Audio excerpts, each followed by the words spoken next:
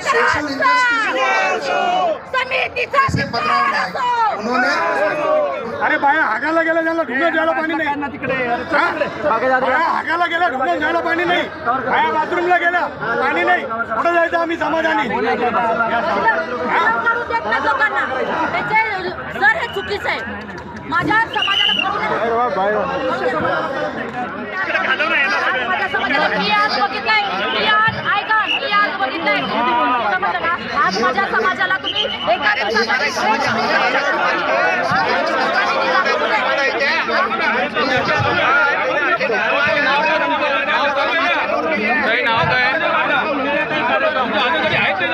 एका